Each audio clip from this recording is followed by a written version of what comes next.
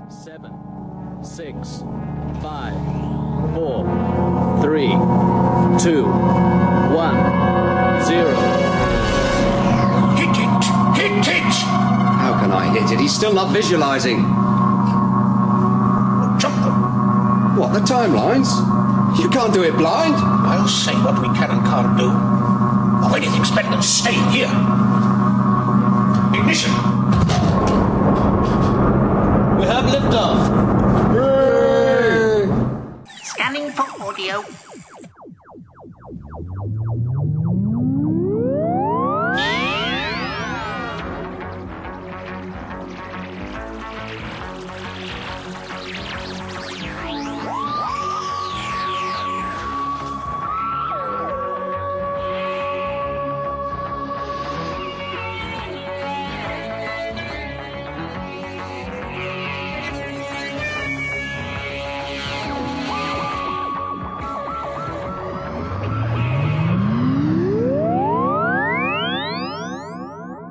Welcome once again to the Tin Dog Podcast. As you can hear, my voice is a little better than last time. Thanks for the emails, hoping that I'll get better. Quite clearly, I have. As promised, I'm going to be covering Warriors Gate this time. Warriors Gate is the last part of the E-Space trilogy, and marks the departure of K9 and Romana. It's also extremely close to the end of Tom Baker's time, and it also marks the changeover from science fantasy to more hard-bitten science fiction. That is one of the trademarks of the Davison era. This story is an odd thing, because it isn't as well accepted or as well beloved as many of the stories that surround it. Saying that, I'm not saying it's a bad story at all. The people who love this story truly, truly love it, and will defend it within an inch of their lives. But a lot of people just don't really like it. Well, go on then. Admit it. You don't know what you're doing. I don't know what I'm doing. I'm just following intuition. It's no better than tossing a coin. What's so improbable about tossing a coin? When this story was first on TV, I was 9. And I was, you can probably guess, quite a big Doctor Who fan. I was also quite a big fan of K9, and still am, hence the name of the podcast. And I was aware that K9 was leaving. Now, I'm not sure completely if I was aware that K9 and Company was on the horizon, but it just wouldn't be the same. The K9 without the Doctor? Good Lord. And so this story didn't really become my favourite because it marked the end of an era. I also didn't like the design. You have to remember I'm talking about me aged 9. I thought that setting any story in a large white void was just, well, a cheap get-out. I understand now that it had narrative importance. But for me, age 9, I was just thinking, oh look, they're wandering round, and it's white. I want to see strange alien worlds. I want to see something exciting, not just a room covered in cobwebs and some white on white on white. Of course, I'm no longer 8 or 9. I'm now considerably older and can look on this story with a fresh pair of eyes. Of course, I'd seen it in the intervening years. I'd seen it on UK Gold and the like. I even bought the lovely VHS slidey box set, which I'm sure I should put on eBay at some point, but I suspect it's a little bit too late to sell on now. So, fighting down the thoughts and disappointment of the 9-year-old, I watched this again with fresh eyes, and I found it much better than I remembered it. Of course, the 20-something who'd watched it on VHS also enjoyed the show, but again, not as much as he could have.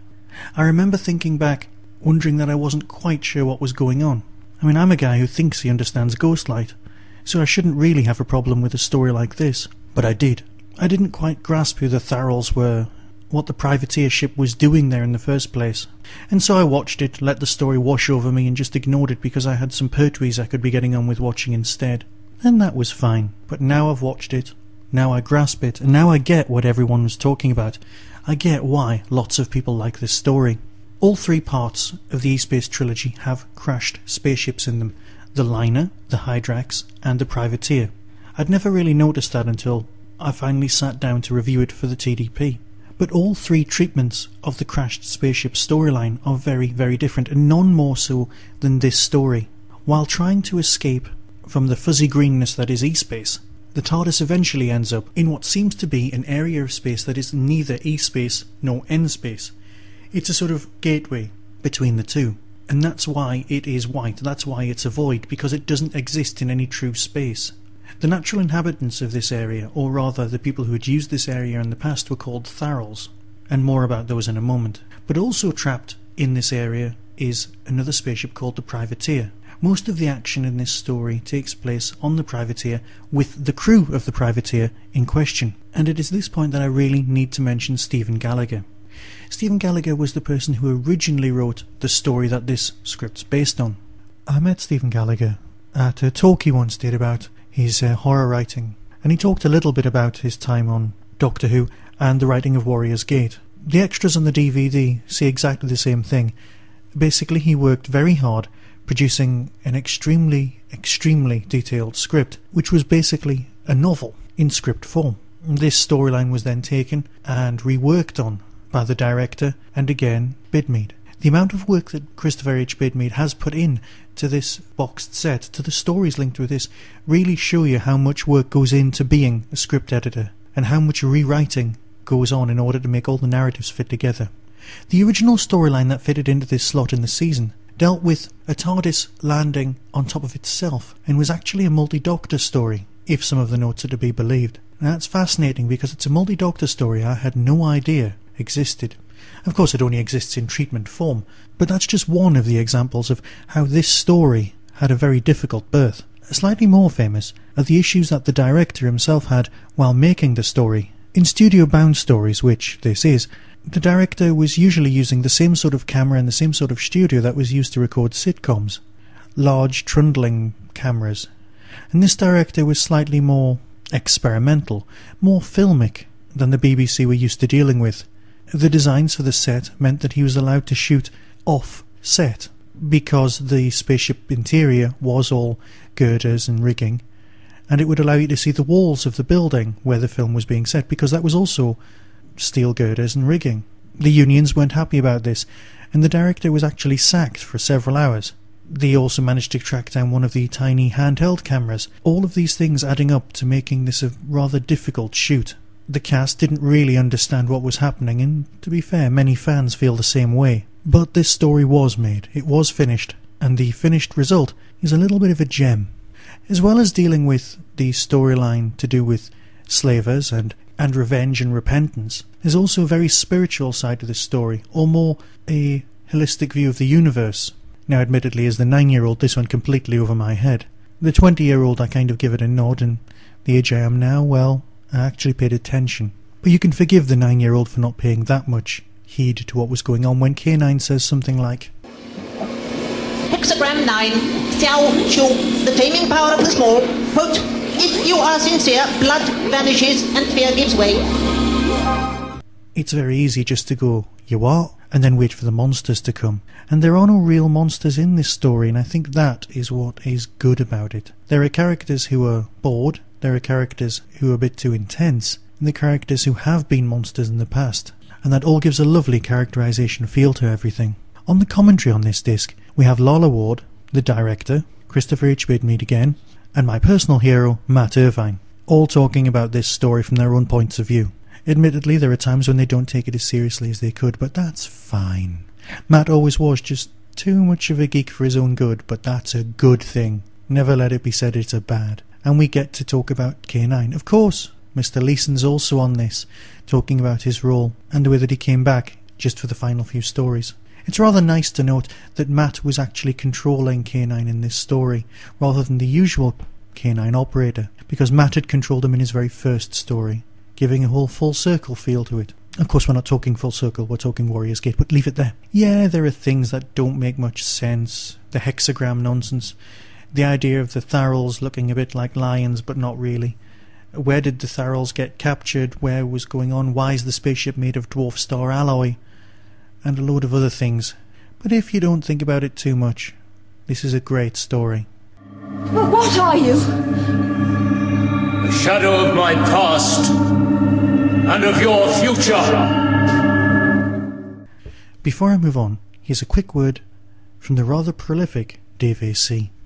Hi, this is Dave AC. Yes, I know. You hear me on all these different podcasts. Well, now it's different. I have a video podcast. Yes, once a week I do a podcast on Blip TV. DaveAC.blip.tv. I still talk Doctor Who. I still talk about science fiction. But added to that, I talk about classical music, AV gadgets, and I even taste a wine at the end of it. Catch me once a week from the Blip TV site or subscribe via iTunes. So this is Dave AC. Hoping to catch you later. Bye. Right, before I move on to the Big Finish reviews, I think it's time for a little bit of Whostrology. Merlin McCarley sent me an email with his entire household's information, and so I shall begin with Vivienne. That's the wife. That's what he calls her rather than me. Now, she was born on August the 5th, 1964, which is, of course, the gap between The Censorites Episode 6 and Reign of Terror Episode 1. Here's her reading. Who'd have thought that there could be something in the water? Open up the parts of your mind to a crackerjack of possibilities. Be careful where you stand.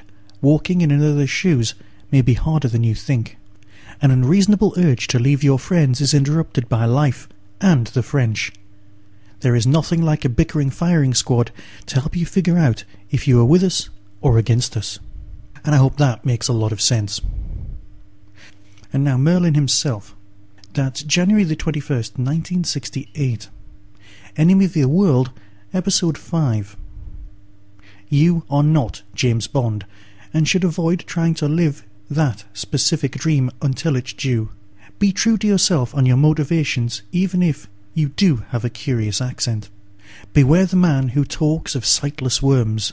You must not fall behind. Some people may lie to you. Ask yourself, why not me? Following on from that, we have Gawain. That's his son. Now this is from December the 30th, 1997. A tricky one, but he was born between the BBC books, Alien Bodies, and Curaçao. The artifact you seek is closer than you think. Beware of people pretending to be close family, as they want to mess with your friend's head. Some viruses are nastier than others, and it is a good idea to look under the surface before you start building something wonderful. A wolf may know better than you do. And finally, Morgaine, Merlin's daughter, January the 17th, 2002, which places her between The One Doctor, Big Finish, and Invaders from Mars. You are not the next Doctor, but you are still more fun than people think. Be wary of a voice on the radio. Sometimes you make deliberate mistakes that others will think are simply an error. Stick to your guns, and things will turn out for the best. Well, I hope that was very enlightening to everyone involved.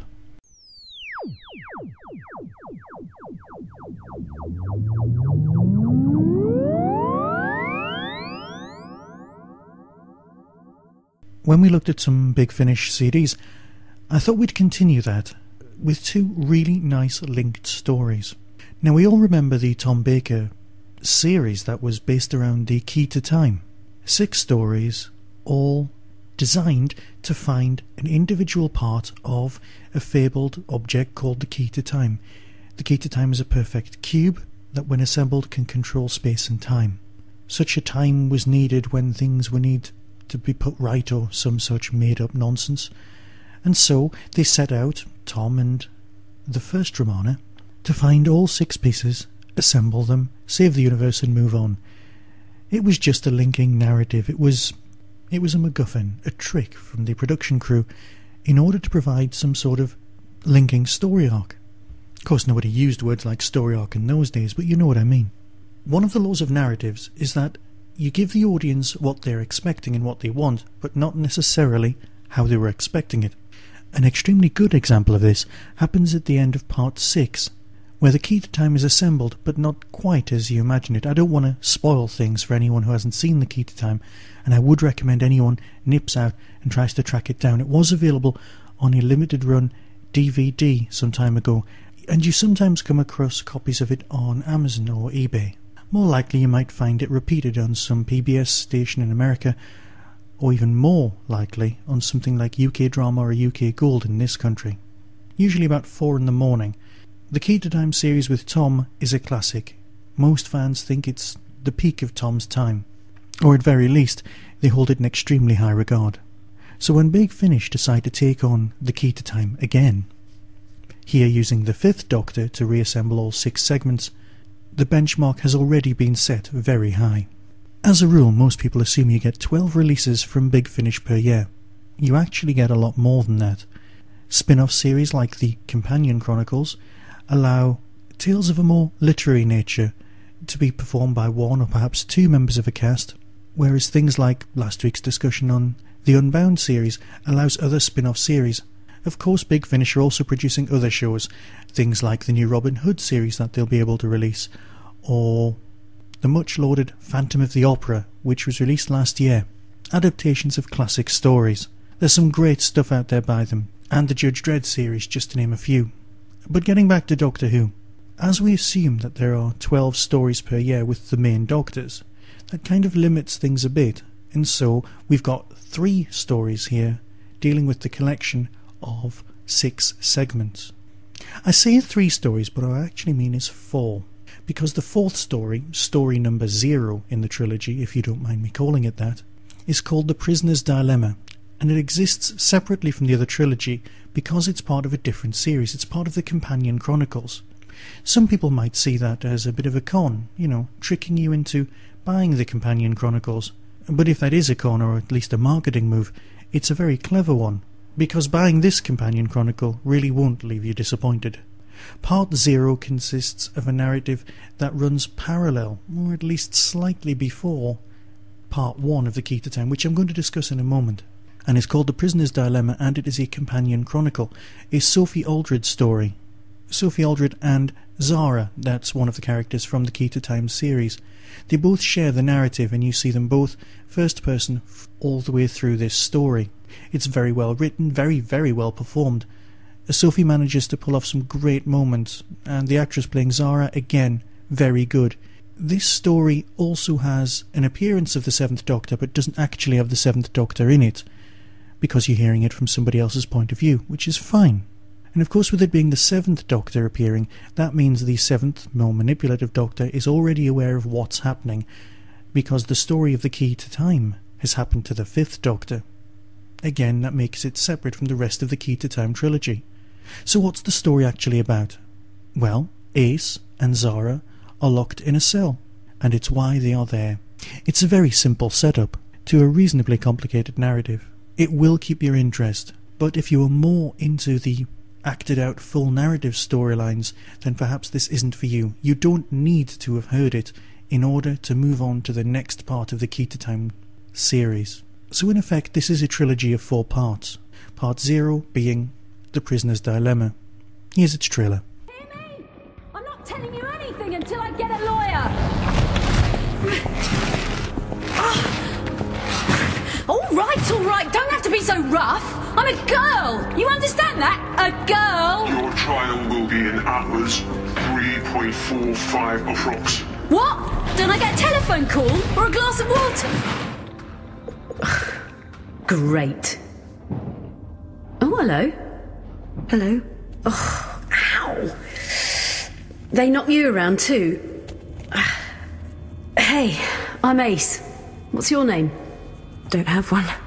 All right, whatever you like. No names. If I had one, you might use it against me. I might, yeah. Look, I can tell you want to be left on your own, and I've got places I could be. So what's the best way out of here? If you try to escape, you forfeit your right to a trial. Done this before, have you? No. I don't think so. But... What? You can tell me. I can't use it against you. Well, it's just... How would I know if I had done this before? You know what they do at the trials? When they find you guilty? Tell you not to do it again? They take your memories, wipe you clean and send you on your way. Following on, chronologically speaking for Zara, is part 1 of The Key to Time. Now it's written Key and the number 2 Time, as opposed to the original Key to Time, which wasn't, if you see what I mean. Of course you see what I mean. And here we have Peter Davison's 5th Doctor, in a story called The Judgment of Istar, which could quite easily really be called Genesis of the Ice Warriors, because if you approach it in that way, it's actually extremely good. The narrative opens fairly simply. The Fifth Doctor is on a planet, looking through the wreckage of a ship, when he's approached by a stranger, who will eventually be called Amy. Amy has been sent by the designers of the Key to Time to track down 3 segments of the Key to Time. She also has what we shall call a sister, who is also trying to track down the Key to Time, another 3 segments to allow balance. She's been told that, for ease, it's best if she avoids seeing the Doctor because he is a little bit of a rogue element when it comes to tracking down the Key to Time. She's also been told to avoid the Guardians, and she has managed to track down 1 piece of the Key to Time. Her sister also has a piece, so that's 2 of the 6 accounted for. This is a trilogy. Now, as parts 2 and 3 both individually deal with the finding of a segment, part 1 has to deal with the collation of 4 pieces, and that's probably where the narrative is at its weakest. The writer is revealed on the commentary that he's recently been exposed to quite a lot of Flash Gordon, extremely fast-paced narrative, and that comes across in this story. And on my first listening, it was something I had some issues with. Perhaps that's because I was expecting 1 story per segment. I was unaware that it was a trilogy. But once I got used to the pacing of the story, it roared along and it was great. Here's its trailer. Coming soon from Big Finish Productions. Doctor Who. The Key to Time. The Judgment of Iskar. The Key to Time is a perfect cube which maintains the equilibrium of time itself. When its 6 crystal segments are assembled, it can stop and start the universe. It can rewrite matter and change the states of quanta. It can restore balance. We're right on top of the earthquakes! You need to fly into the gravity well. If you don't, it will tear us apart. You are my prisoners. You will not destroy Mars. Your doctor? He's screaming. Stop it! I'm not going to stop it. Warriors, forward! It's all unraveling.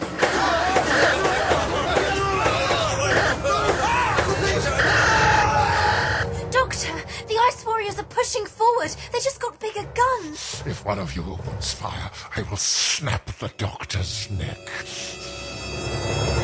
Here, in this crystal, it's holding a black hole at bay. I can feel it pressing against the sides. Such a lot of power. And mine now.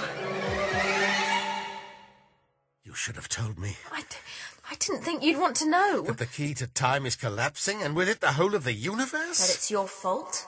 The Ice Warriors heard here are very, very good. For me, they demonstrate the larger universe that the Ice Warriors always had the potential to exist within. Halfway through the story, the narrative switches locations from Mars to a floating castle-like world, populated by insects. Again, I wasn't truly taken with the treatment, but perhaps that's more to do with my imagination.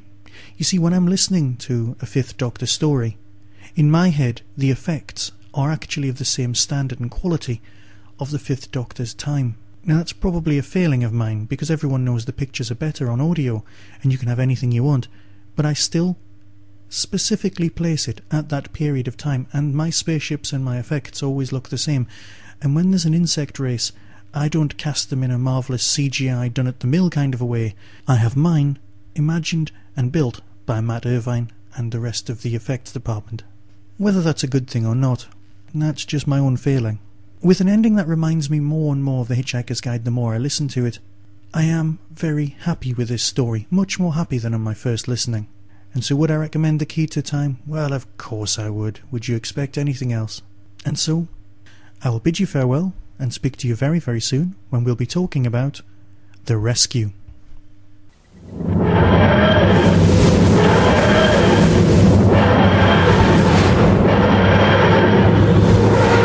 Planet Dido to rescue ship.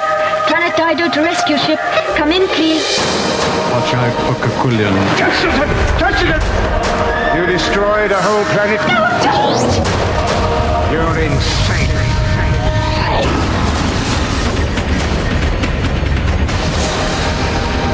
Would you like adventure, my dear? I can promise you an abundance of it. You must be Maximus Battalion from Corinth. I want you looking special at the slave auction. Gotta get away from here. Caesar Nero, Emperor of all Rome. Some sort of conspiracy going on. But what does it all mean? By tonight, all Rome will be ablaze. What does it all mean? Caesar Nero, don't drink! I have every reason to believe that drink is poison. He was right.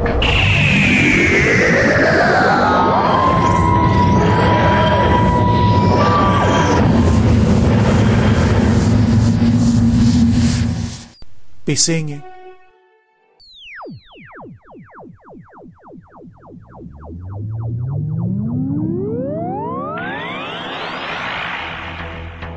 You have been listening to the Tin Dog Podcast.